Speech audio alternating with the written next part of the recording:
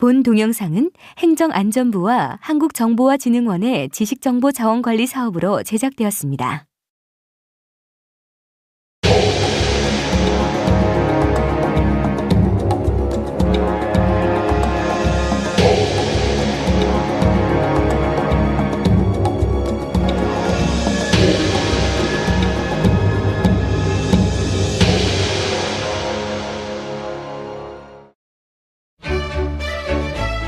미지의 세계의 우주가 어떻게 형성되었을까라는 의문은 누구나 한 번쯤 해보았을 겁니다.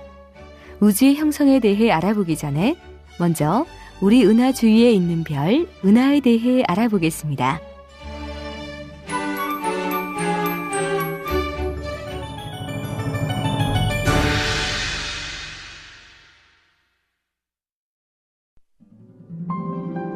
우리가 살고 있는 지구에서 가장 가까운 별은 바로 태양입니다. 천문학 단위로 1AU로 계산했을 때 지구에서 태양은 대략 1억 5천만 킬로미터의 거리에 위치해 있죠. 그렇다면 태양을 포함한 태양계의 크기는 얼마나 될까요? 우리가 태양계의 끝에 가려면 해성들이 떠도는 오르트 구름을 지나야 하는데요. 지구에서 태양계의 가장 바깥 오르트 구름 거리는 무려 5만 AU로 지구와 태양 거리의 5만 배나 멀리 있는 것이죠. 태양 외에 지구와 가까이에 있는 별에는 무엇이 있을까요? 바로 프록시마 센타우리라는 별인데요. 지구와 약 1.3파섹 거리에 있습니다. 이 거리는 4광년으로 빛으로 4년 정도 가면 되는 거리에 있습니다. 가장 가까이에 있는 태양 말고 다른 별까지의 거리도 빛으로 4년 정도 가야 한다니 상당히 먼 거리죠? 우리의 태양계가 있는 우리 은하의 크기는 약 10만 광년의 크기를 가집니다.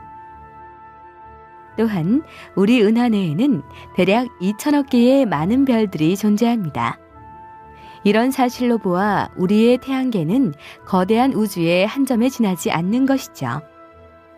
우리 은하와 가장 가까운 곳에 위치한 은하에는 무엇이 있을까요?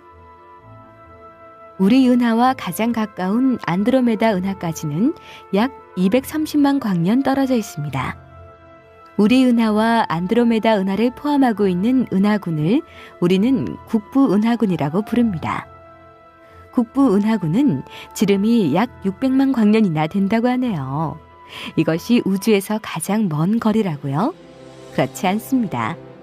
국부 은하군은 우리 우주에서 지극히 작은 부분의 일부이기 때문이죠.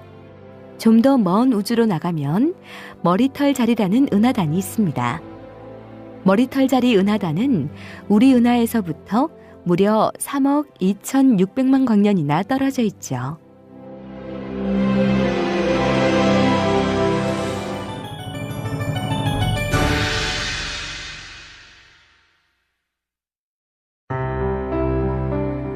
이제 우주의 구조에 대해 알아볼까요?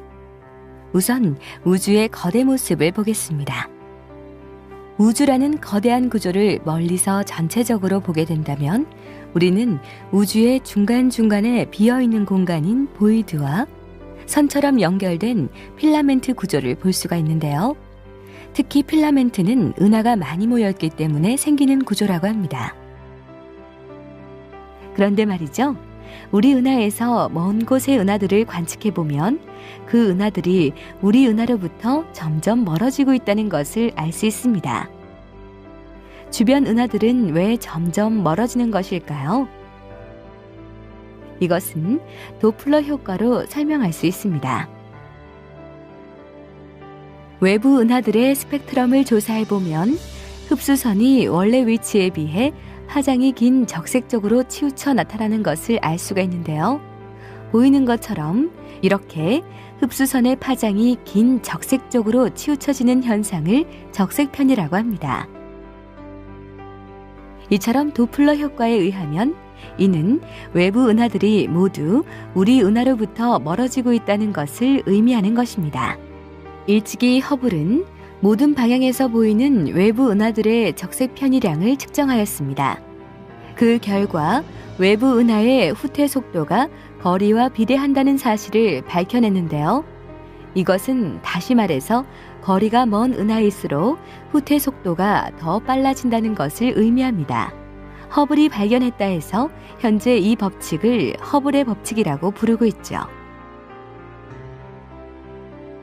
우주가 팽창한다는 사실을 알려준 것이 허블의 법칙입니다. 이러한 사실을 증거로 해서 빅뱅 이론이 나오게 된 것이죠. 현재 천문학자들은 빅뱅 이론이 우주의 기원을 설명하는 데 가장 적합한 이론이라고 생각하고 있습니다.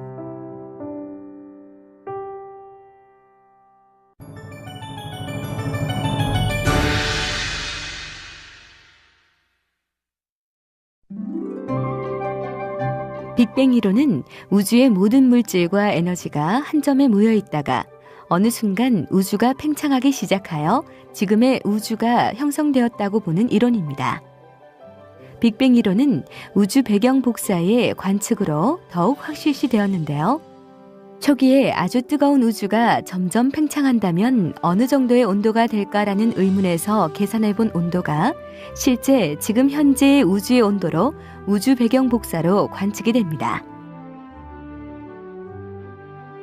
얼룩덜룩 온도 차이가 나는 것으로 보이나 그 온도 차는 정밀하게 측정하지 않으면 잘 알 수 없을 만큼 작기 때문에 우주 배경 복사는 우주 모든 방향에서 같은 빛이 온다고 할 수 있습니다. 빅뱅 이후 10의 마이너스 43초, 즉 상상하기도 어려울 정도의 짧은 시간 동안에는 시공간의 혼동이 있었을 것으로 예상하고 있습니다. 이 시기는 물리적인 법칙으로는 아직 설명하기 힘든 시기입니다.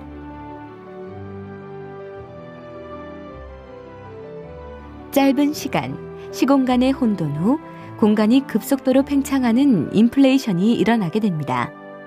얼마 후 인플레이션으로 인해서 시공간이 평평해지게 된 것이죠. 실제로 지금 우리가 있는 우주는 평평한 모습을 하고 있습니다. 그 후 3분 정도까지 양성자, 중성자 등과 같은 입자들이 만들어지고 핵융합 반응이 종료되게 되고 우주의 대부분을 차지하고 있는 수소나 헬륨 등이 이 시기에 다 만들어졌습니다. 인플레이션이 일어나고 우주가 차지하고 있는 여러 물질들이 생겨난 후 20만 년까지는 물질과 빛이 함께 섞여 있는 기간이었습니다. 그리고 48만 년이 지난 뒤 빛과 물질이 분리되기 시작했는데요. 이 시기를 우리는 재결합 시기라고 부릅니다. 우리가 현재 관측하고 있는 우주 배경 복사는 이 시기에 물질로부터 분리되어 빠져온 빛입니다. 다시 이야기하자면 우리는 우주 배경 복사를 통해 48만 년 당시의 초기 우주를 볼 수 있는 것이죠. 그렇다면 빅뱅 후 별을 비롯해 은하들은 언제 처음 생겼을까요? 빅뱅이 일어나고 2억 년 후에 최초의 별, 즉 최초의 은하가 형성되었고요. 우리의 태양계는 빅뱅 이후 약 87억 년 뒤에 태어났다고 합니다.